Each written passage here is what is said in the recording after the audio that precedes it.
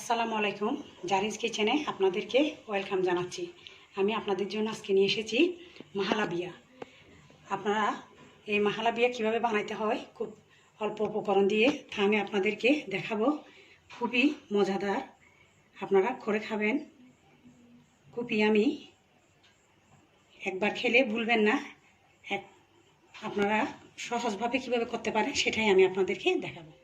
মাহালাবিয়ার জন্য আমি এখানে আধা লিটার তরল দুধ নিলাম। এর সাথে 3 টেবিল চামচ কর্নফ্লাওয়ার অ্যাড করব।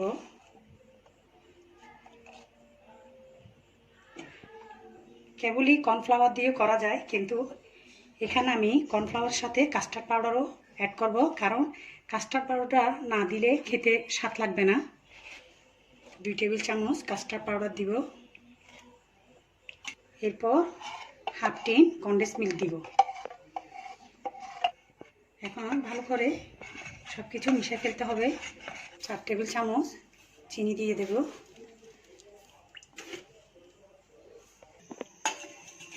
আমি চুলায় তুলে দিছি, আর অনবরত নাড়তে হবে যাতে নিচে লেগে না যায়। এটা আপনার আস্তে আস্তে চুলা একেবারে মিডিয়ামের চেয়ে কম থাকতে হবে। এরপর আস্তে আস্তে নেড়ে নেড়ে আপনার ঘন করতে হবে। আস্তে আস্তে ঘন হয়ে আসতেছে। চুলার আঁচ কিন্তু আমার একেবারে লোতে।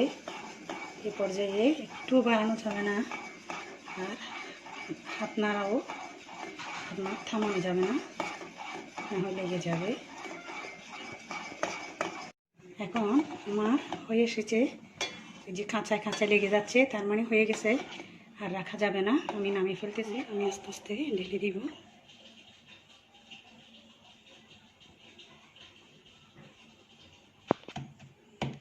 আমি নর্মাল ফ্রিজে এখন আধা ঘন্টার জন্য রেখে দিব। এই পর্যায়ে আমি রুহ আফজা সিরাপ দিয়ে দিব।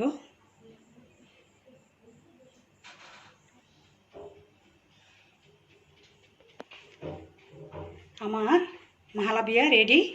আপনারা বাসায় ট্রাই করে দেখবেন।